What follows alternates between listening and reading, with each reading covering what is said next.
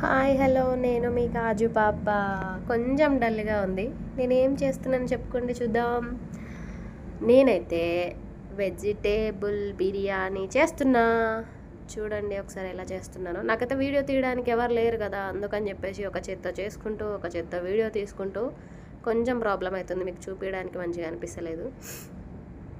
First అయితే oil పోసుకున్న తర్వాత పోపు వేసుకున్న తర్వాత బెండకాయలు, బీన్స్, ఆలుగడ్డ, టమాటా వేసుకున్నాను.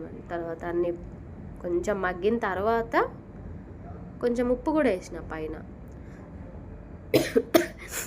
ఏమనుకోకండి, మస్తు ఫీవర్ ఉన్నది, జలుబు ఉంది, థ్రోట్ పెయిన్ వస్తుంది, అందుకనే తినాలి స్పైసీగా అనిపించింది అనమాట. కొంచెం కరివేపాకు వేసుకొని అందులో కొంచెం అల్లం వేసుకోవాలి. అల్లం ఏంది చేత్తో వేసింది గలీజ్గా అట్లా అనుకోకండి. నేను ఆల్రెడీ హ్యాండ్ వాష్ చేసుకున్నా. కొంచెమే ఉంది ఆ బాక్స్లో, అందుకని చెప్పేసి దాన్ని క్లీన్ చేసి వేసిన అనమాట.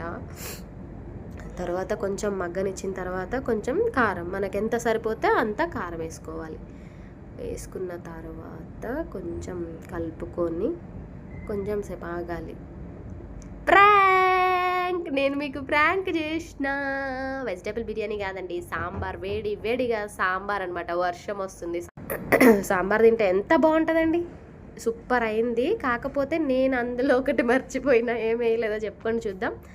మీరు కమెంట్ చేయండి నేను ఏం వేయలేదో అందులో. కానీ టేస్ట్ చాలా అంటే చాలా సూపర్గా ఉంది. తర్వాత నేను రైస్ పెట్టుకున్నా.